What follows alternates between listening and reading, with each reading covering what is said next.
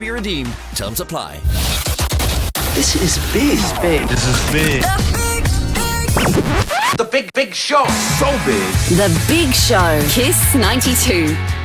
Good morning, Singapore, and welcome to The Big Show and The Big Show TV. We are live on Facebook as well as YouTube, and this morning we are honored to have Chef Eve Felder, Managing Director of CIA Singapore, with us. She's been living here in Singapore for the past 16 years. Good morning, Chef. Good morning, everybody. Good morning. And yes, Managing Director, CIA Singapore. Whenever we tell people, oh, there's a CIA here in Singapore, they're like, Central Intelligence Agency, right? But no. It's the Culinary Institute of America. Very, very big in the U.S. In fact, globally. Something not a lot of people know, that there is a CIA right here in Singapore. Yes. Could you tell us a little bit about it? Well, we are extremely fortunate to be part of the Singapore Institute of Technology. We were invited by the Economic Development Board in 2002 to begin conversations with Singapore. And as you all know, this is our first international and only international campus at this point. And that is very intentional. Singapore is, as you know, an incredible country, and I did that intentionally. It's so strategic. So they invited us in 2002, and we began working with Temasek Polytechnic in developing a diploma of culinary and catering management for the anticipation of the integrated resorts to start. Ah, okay. So you've been here ever since. So are you Singaporean yet? Oh, I wish. Oh, you want to? Oh, I would We'll love speak to a few people. Yes. We know some people who know some people who know some people. There you go. We have the people in power that come into the studio, so maybe we'll drop a word. no. They're I all got a listening right now. connection. All the ministers are listening. I know all of you are. Now, obviously, when it comes to the CIA, of course, a lot of people are beginning to talk a lot about it, all thanks to new Netflix culinary show, which has got a lot of people, a lot of eyes, and basically NextGen Chef is what it's called. Searching for the next generation chef. It is Netflix's newest culinary competition, and it's pretty exciting stuff. I caught the first episode last night, and the CIA is very heavily involved. In fact, can you tell us how the CIA is involved with this show? Well, Netflix actually came to us and began conversations with our president at the time, Tim Ryan. He was president for 26 years. We've just had a transition. And they started talking about what we have that is very, very unique. Of course, we were started in 1946, so we're at 79 years of delivering incredible education. We have over 60,000 alumni worldwide, and we're quite a network. We're all about 1 degree separated from each other. So all in all, we've been doing the good work for many, many years, and now it's gotten this recognition, and I'm so absolutely happy because it is real. It is real? It is real. Yeah. It is real. So what we're seeing on the show is accurate to the CIA experience that all the alumni have gone through, all the current students are going through as well? Absolutely. Even here, the exact same thing. I mean, I was just, we always talk about, are you loving this plate? Is the love on the plate? Are you connecting your heart? Let's get rid of the head. Let's connect the heart. And of course, I saw all of the judges, who I taught a lot of. Paul Carmichael, the chef from Barbados, used to babysit my children. Wow. Kat Cora, by the way, Kat Cora was the first graduation speaker for CIA Singapore. Wow. She had a restaurant here in Singapore. Well, we help with that. Yeah, We Ocean, help right? with that. Yeah. Oh, it's a funny story. It's a very funny story because I was sweating bullets trying to get Kat here. She had been a student of mine, and I knew I needed to make a big splash the first year for everyone to recognize us. And I was like, we don't pay our graduation speakers. We're a nonprofit organization. And she had agreed to come, but then she's like, Eve, you're not going to pay? I said, Kat, no, we can't, but if I can get a gig for you. Alan Orrell, who was the executive chef of Resorts World Sentosa, called 3 weeks later and said, do you know a chef who is into sustainability, seafood? I said, I got you, gal, Alan. That was his story. Wow, timing. Okay, let's continue to talk to Chef Eve Felder, Managing Director of CIA Singapore on The Big Show TV. Meantime, here's Sabrina Carpenter with Man-Child on Kiss 92. All right. So I'll tell you what, for our Big Show TV viewers, those who have yet to watch NextGen Chef, shall we play out a little bit of a trailer so people can see exactly what this culinary competition is all about? Let's go.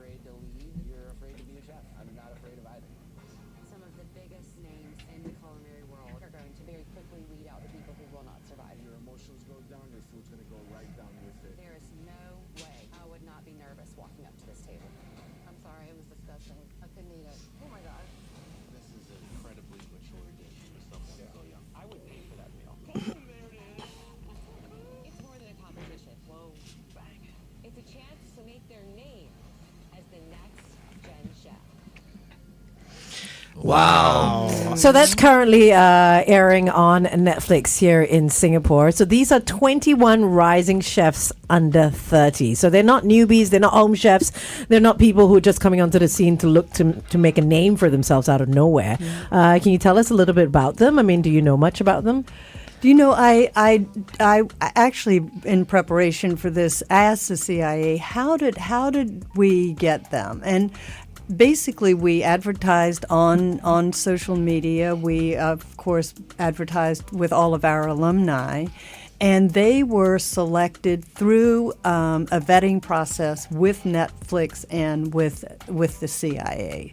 So I thought the representation, I thought they each had an incredible story. I thought it was very well rounded. I'm sure you have a winner in your head, right? You're like, I know this person is going to make it through.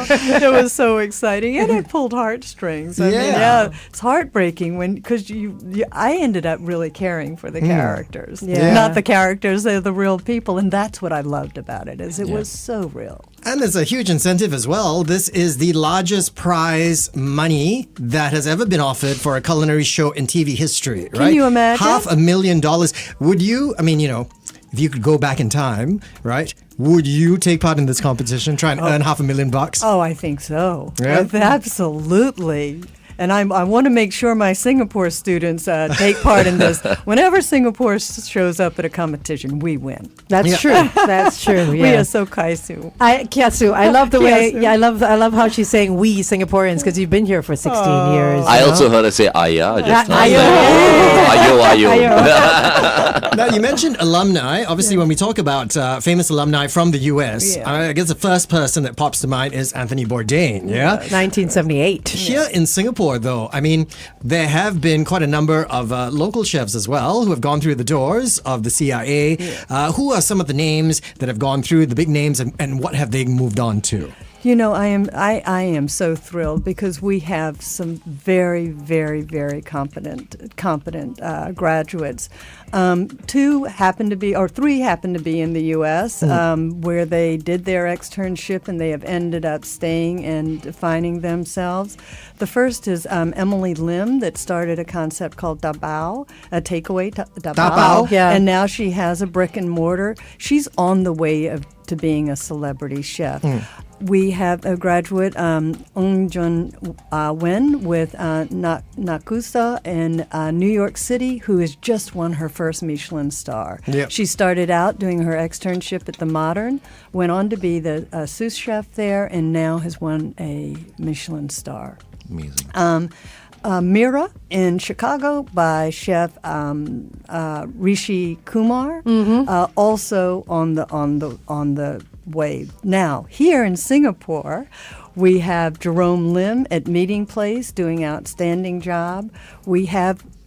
I want to do a shout out because I think that Law Jiajun JJ law with Province in Juchiat is on the road to being a Michelin star. Wow. By the way, Ung Zu Yao is general manager of Restaurant Zen 3-star. Calvin Ung is the head chef of 3-star Restaurant Zen. So they are, and I have to say about local food. Shanice Lim with dessert bar, 2 a.m. dessert bar. No, that's Janice Wong. Sorry. This is So Lamak at Badok. So Lamak. Yeah, Raphael Sim and Gladwin. I just lost Gladwin's surname. Anyway, they have one prawn mee also at Badok. Gwyneth Ong has Shoop Shoop. Okay. So they're out there rocking it. Eugene Chi has 808 Eating House, outstanding, because it does very local. It appeals to the local palate. Yeah. Okay. I have not heard of a lot of these places. Well, we I gotta put it on our feel list. ashamed. Yeah, yesterday we were talking about compiling a Singaporean bucket list, right? That's so true. all these things should be on our bucket list of what to try next. Yes, I've absolutely. got to follow these guys because I'm not a foodie, but I will go wherever someone Tim recommends. goes. Yes. You know? In local in local lingo we call that chioing people, all right? So wherever I chio Glenn, he will go to eat. Yes, this bro chills me. He does. Roadshow. I'd love to talk about Michelin stars, though. I mean, you mentioned quite a bit there, but let's go for traffic first, and then we can talk about that on air.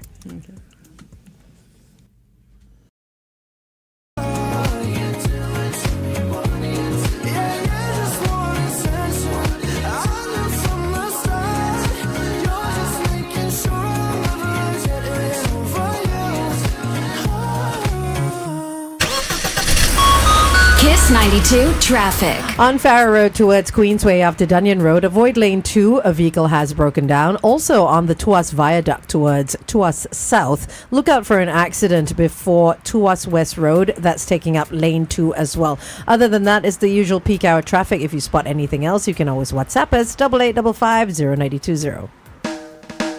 We're back on The Big Show and The Big Show TV. Managing Director of CIA Singapore is with us this morning, Chef Eve Felder. Thank you so much for taking time off to join us today. And I just want to ask you this. What makes CIA Singapore different from a typical cooking school? Well, we're much more than a cooking school. The students we're actually affiliated with your 5th autonomous university, the Singapore Institute of Technology, which is an applied learning applied research institute. So it meets what we do exactly. So we are offering a Bachelor's of Business Administration in Food Business Management with the option of specializing either in culinary arts or baking and pastry arts. So we combine the skill set, training to the skill set, 1,300 hours of hands-on classes with business management classes as well as liberal arts. We are a American university, so we must offer 25% of our curriculum is liberal arts. So learning how to critically think.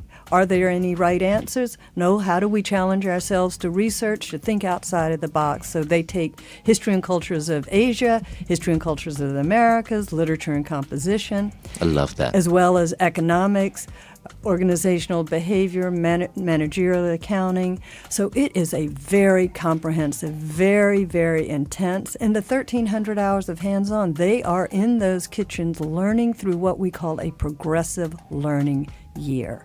So we start them with the science, we start them with the foundational skills, and build and build. Now, a question you might ask. People always say, well, is it Western or is it Asian? It doesn't matter if it's Western or Asian. The principles are still the same. When you apply fire to product, there's a reaction that happens. The difference is in the flavor profiles, the indigenous ingredients from around the world, the global pantry. So of course, we do the science, the basics, and then we go into all of the global. In fact, right now, I'd love for y'all to come to the restaurant. We're CIA at Top Table. This is the last module that our students do.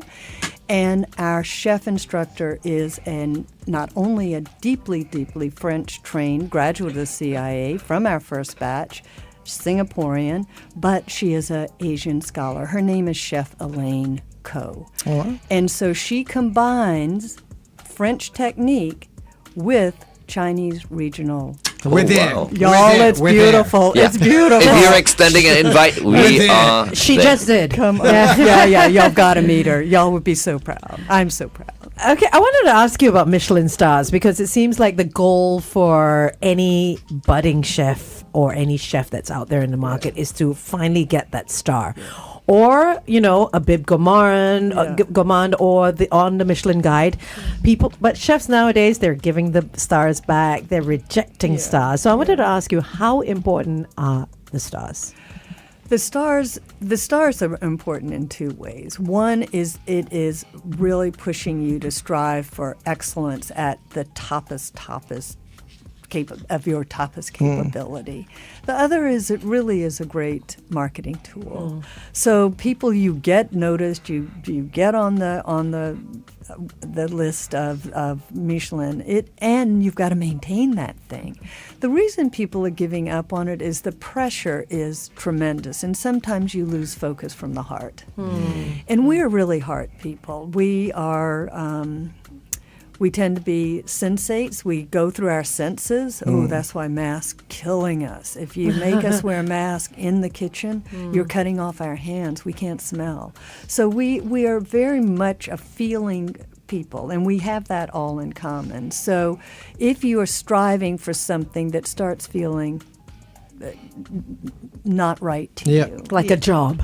Yeah, like you're getting outside of your heart. Yeah. But the Michelin star has done tremendous for us. We love to compete too. Yeah. We always have failure right in front of our eyes. Okay. Okay, let's continue to talk to Chef on the Big Show TV. It's 8:23. Kiss 92 Time Check brought to you by Poutine. All right. Earlier on, you mentioned the word pressure. I suppose that leads into a question that I know I was talking with Glenn earlier on. Dealing with the pressure and all that in the kitchen. Is that why so many chefs, as we've seen, particularly on TV, are so grumpy? They're so angry all the time. TV is TV, right? I mean, I think that's what I loved about NextGen Chef is it showed that anxiety, but it also showed where we will not let you fall. As a team, we will not let you fall. So TV sells grumpiness, I think, and we can get grumpy because everything's at risk. Everything's at risk. Your product is never stable. You may think a carrot tastes like a carrot, but we know if we don't taste that carrot, we don't know exactly what that carrot needs. So how much sugar is in it? How woody is it? What's the texture? So we are under a lot of pressure to deliver the best. So what we always say to our students, you're feeding your grandmother. This is for her. This is all the love you can put on this plate. And we're under pressure to do that every night. If we have made a mistake, we should be shameful. We know when we make a mistake because we're feeding people. We're bringing them joy. We're loving them. How you reckon you make a very grumpy chef? I don't know, man. There's so much pressure in the kitchen. Yeah. I mean, There is, I've watched all these shows and all that, and they are so amazing. Because, you've got to keep everything consistent as well when you serve. And there's so many people preparing it. Yep. So imagine how much pressure everyone is under, when you've got a restaurant full of people. And as soon as a regular comes in and tries that same favorite dish of theirs and they taste something is off, they're like, oh, they must have changed the chef or something is different here, So to answer your question, yes, I would be very grumpy. You reckon? I would be a micromanager. You know what I mean? I'd be like, oh, you got to do it this way. You know what? Let me do it myself. Yeah. But let's talk about restaurants. Let's talk about the restaurant scene here in Singapore. You mentioned quite a few restaurants earlier, particularly in the East, because I think that's where you reside as well. But nice area. I think our restaurant scene is extremely vibrant. Yeah. But very difficult. I think last year and this year we had thousands of restaurants shut down. And we know the reasons as well. Like, what do you think can be done more about that? About more about less restaurants closing down. Yeah, I think the main thing that we're up against in Singapore is really real estate. The rental is astronomical, over the top, and you have a culture that sees you turning and raising that rental every 3 years. That is sort of a global thing, but not always. Often landlords want you to stay for a long time because you maintain the building, you take care of that building. Here we have a real estate problem. Globally, we have a labor problem, and that labor problem was started with COVID. And, we have to see it as a trend, sort of a revolutionary labor transition globally, where people started seeing that there were other job opportunities. So you see, particularly in our industry, a lot of private dining, a lot of home-based baking, and that you're losing labor there. So I think with Singapore, because we are so strategic and we are so very smart, I think this real estate issue needs to be addressed. And if anybody can do it, we can do it. Yeah, agree. Chef, you've been here long enough, and I'm sure you love our hawker culture as well. What do you think of Michelin awards for hawkers? The bib gourmands, and the guides. I think there needs to be a differential between casual. I think casual, which hawker falls under, should have its own category of Michelin, and the fine dining. I think it needs to be differentiated. There needs to be different levels, because if you have a restaurant where you have put $20 million into chandeliers, blah blah blah, versus a hawker stall, you're not playing on the same. Because field. I can't say I'm for Michelin awards for hawkers. Hawkers, yeah. Because it's very subjective. Yeah. I mean, there's some Michelin hawkers whom I've tried their food, and I kind of disagree. Yeah. It's like, what makes them so special from my other favorite stall selling the same thing, which I think, has tastier food. I think it should have just stayed as Michelin starred, and that's it. And who are the people awarding these hawkers these Michelin awards? I think, what it started out as was fine dining, a lot of thought put into it, Which money is as well, which is great, and then just leave it as that, I think the bib gourmand and the guide and all that is unnecessary. Yeah, I think it's a complex issue for sure. Do I think that our heritage food must be recognized? Absolutely. And am I thrilled that CIA Singapore alumni are in that space? Absolutely. They should be. It is their responsibility to make sure that we do not lose this heritage food. Yeah. If you look at any of the food, it's very, very complex. Good grief, Peranakan. I mean, it is, and it is at risk of being lost. Yeah. If they don't own it, and they must. So we highly encourage. You know why? Because as a Peranakan boy myself, right?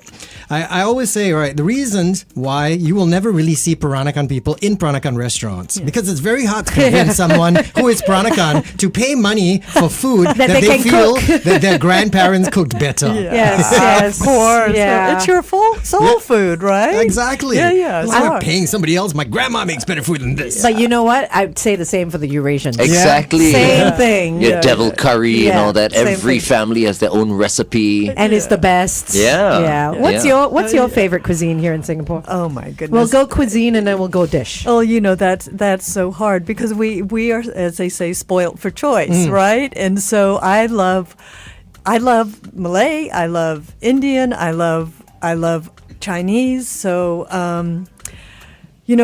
I tend to eat every single weekend. Guess. Laksa. No. Mee siam. No.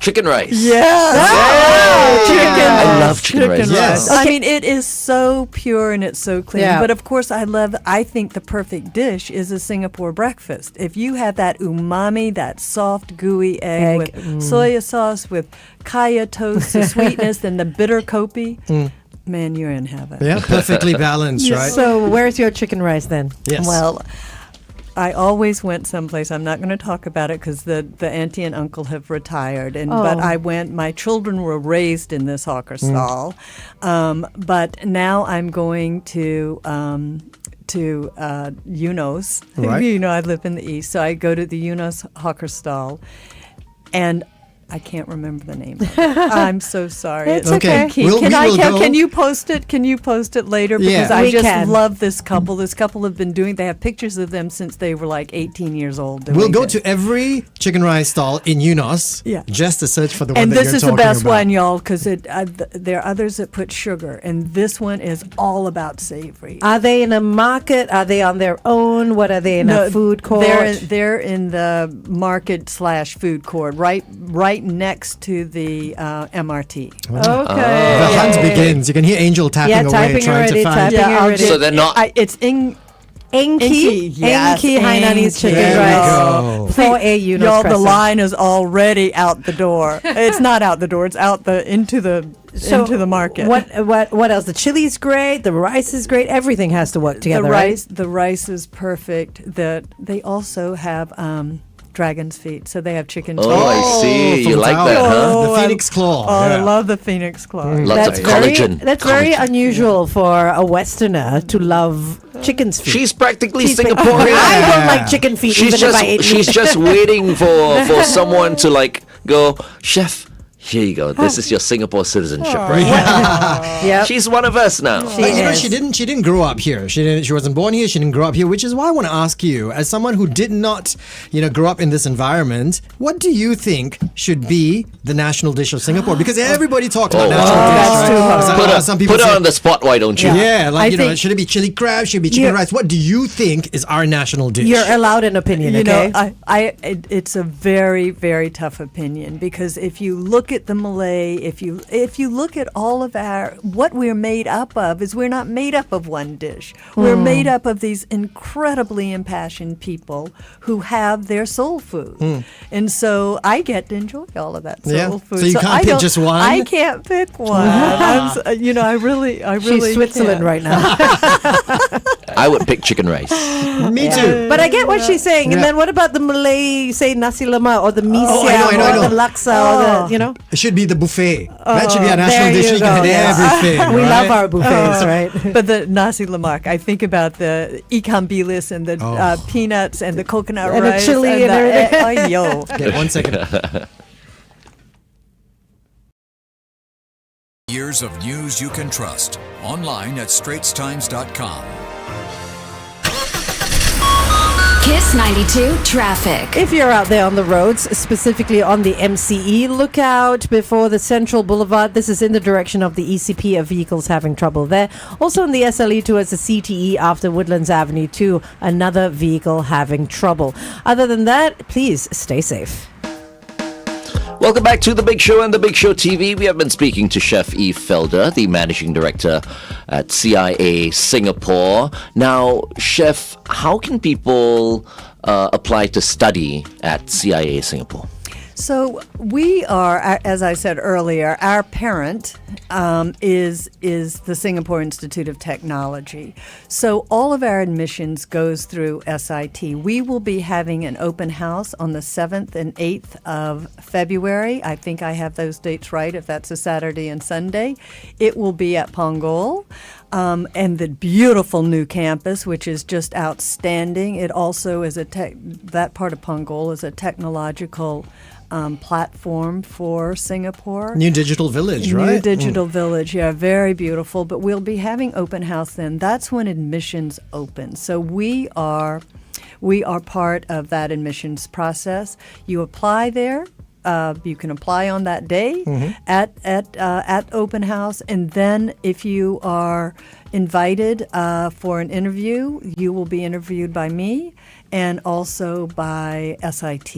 Right. And then we basically handpick our students, because our cohort for culinary arts is 42. Oh, wow. And for baking and pastry arts right now it is 16, but we are doing renovation to move it to 21, and our hope is by the intake of 2026 it will also be at 21. Those are quite small numbers, huh? Those are small numbers, yeah. Yeah. Very Alright. exclusive. Yeah. Now, maybe one of these days, one of those students who are going to be joining the admissions could be the NextGen Chef, right? Yes. Which is, of course, Netflix's latest culinary show. Now, for anybody who is considering a career in the culinary world. You know, maybe they watch this show and they're like, I too want to be a chef. I too one day want to win $500,000. What advice would you give to anybody, you know, considering a career in the kitchen? You know, I think it's very, very, very important to get education. I mean, you will hear, I can learn it in the industry. Yes, you can learn the movements, but you can't learn the science, the consistency, be evaluated, be assessed, be held accountable over and over as you're gaining skills. Also, to be able to be into a network of 60,000 people, I think education is highly, highly important. You got to do the work. You got to do the work. You can't get around it. And we all think about, it's such hard work. Yes, but every single person in the world has 3 things they do in life. We're born, we eat, and sadly we pass away. We're in the industry of eating. So, yes, once you have that skill set, and it's like a doctor. You do your education, you do your residency, and then you are real. Same with us, but we touch, doctors do too, touch every single person. So we're not, I don't want to say stuck, because the kitchen in the front of the house is such a beautiful, beautiful place to be, but we can do anything. Actually, I say, and I want this on record, that anytime food is discussed, Singapore Food Agency, there must be a chef at the table. You have invested in your people. Use their talent to inform how our hawker stalls should be run, what our standard of this mask thing right now. We need to have conversations about the mask in the kitchen because it is blocking our senses. Is it mandatory now? Yes, it's mandatory. Not in the front of the house, but it is in the kitchen. Yeah. Oh, I can't believe I'm getting I'm getting controversial. That's here. all right. That's all right. Not at all, not at all.